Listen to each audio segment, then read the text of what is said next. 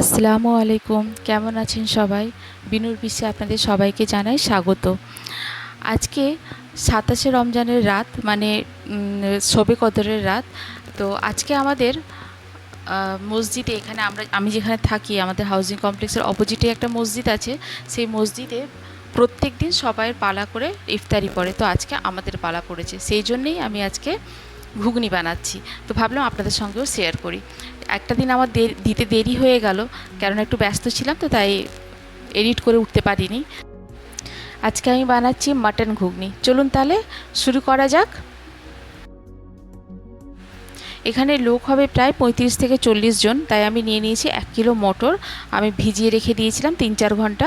নিয়ে নিয়েছি 1 kilo mutton, ছোটো ছোটো করে টুকরো করে নিয়েছি। আর নিয়েছি 1 কিলো আলু, আর কয়েকটা পেঁয়াজ গোটা রেখে দিয়েছি, আর কিছু পেঁয়াজ কুচিয়ে নিয়েছি। আর নিয়ে নেব রেগুলারের কিছু মশলা: হলুদ গুঁড়ো, লঙ্কা গুঁড়ো, আর নুন, আর আদা রসুন বাটা। এই যে আদা রসুন বাটা। আমি প্রথমে একটা বড় কুকার নিয়ে নিয়েছি, 5 লিটারের কুকার নিয়েছি আমি। কুকারটাকে গরম করে নিয়ে একটু তেল দিয়ে দিলাম, সর্ষের তেলেই রান্না করব আমি। তেলটা দিয়ে দিলাম। তেলটা গরম হওয়ার পরে কুচনো পেঁয়াজগুলো দিয়ে দিলাম, দিয়ে লাল করতে দেবো পেঁয়াজটা। এদিকে আমি পেঁয়াজটা যতক্ষণ লাল হচ্ছে, আমি এদিকে আলুগুলোকে ছোটো ছোটো করে টুকরো করে নেব। এই যে আলুগুলো আমার ছোটো ছোটো করে টুকরো করা হয়ে গেল সব।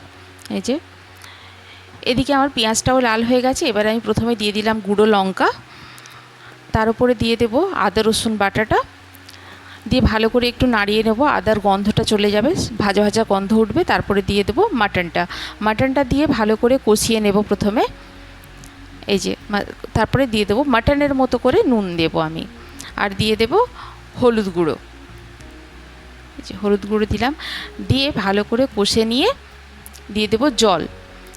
মাটনটা সেদ্ধ হওয়ার মতো জল দেব, দিয়ে এই 3টের মতো হুইসেল লাগিয়ে দেব। আমি কুকারের ঢাকনাটা বন্ধ করে দিলাম, দিয়ে 3টের মতো হুইসেল লাগিয়ে দেবো। এই যে আমার হুইসেল লাগানো হয়ে গেছে, দেখি মাটনটা সেদ্ধ হয়েছে কি না। এই যে মাটনটা খুব সুন্দর সেদ্ধ হয়ে গেছে। এবারে আমি মটরগুলোকে দিয়ে দেবো এতে। মটরগুলো দিয়ে এবারে খুব ভালো করে কষে নেব।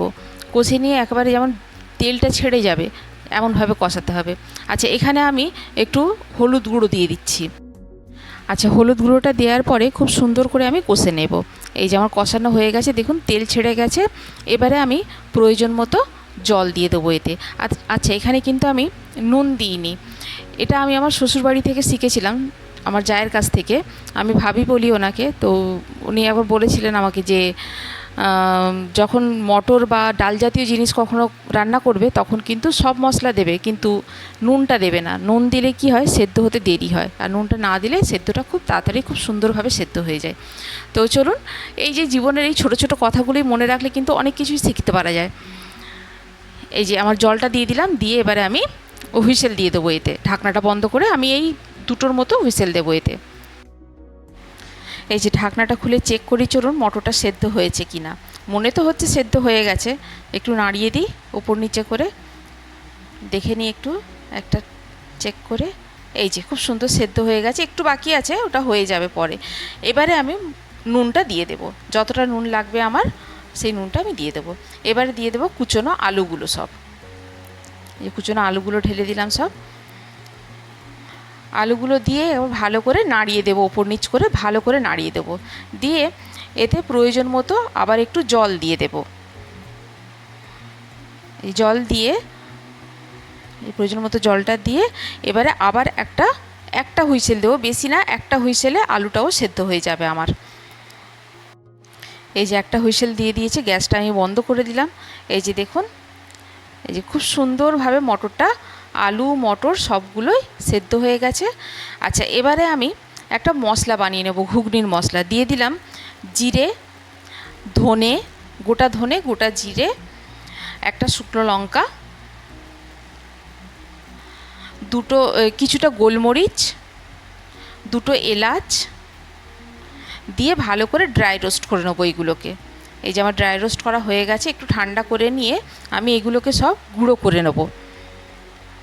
এই যে ভালো করে পাউডার বানিয়ে নেব। আবার আরেকটা প্যানে একটু তেল নেব, নিয়ে তেলটা গরম করে নিয়ে কিছুটা কুচনো পেঁয়াজ এতে দিয়ে দেব, পেঁয়াজটা লাল করতে দেব। এই যে পেঁয়াজটা আমার লাল হয়ে গেছে, এবার এতে গুঁড়ো শুকনো লঙ্কা দেব যাতে কালারটা খুব সুন্দর হয়, দিয়ে একটু নাড়াচাড়া করে সঙ্গে সঙ্গে ঘুগনির মধ্যে ঢেলে দেব, দিয়ে ঘুগনিটা ভালো করে নাড়াচাড়া করে নেব পেঁয়াজটাকে দিয়ে। এই যে যাতে পেঁয়াজটা পুরো ঘুগনিতে মাখানো হয়ে যায়। এবারে দিয়ে দেবো গুঁড়ো মশলাটা, যে মশলাটা তৈরি করে রেখেছিলাম সেটা দিয়ে দেবো। এই হয়ে গেল আমার ঘুগনি তৈরি, মাটনের ঘুগনি। চলুন তাহলে সার্ভ করা যাক। আজ তাহলে এই পর্যন্তই, আবার দেখা হবে। ভালো থাকুন, সবাইকে ভালো রাখুন। রমজান সবাইয়ের খুব ভালো করে যাক, শবে কদরে ভালো করে ইবাদত করুন, আল্লাহ সবাইয়ের মনের ইচ্ছা পূরণ করুক। আল্লাহ হাফিজ।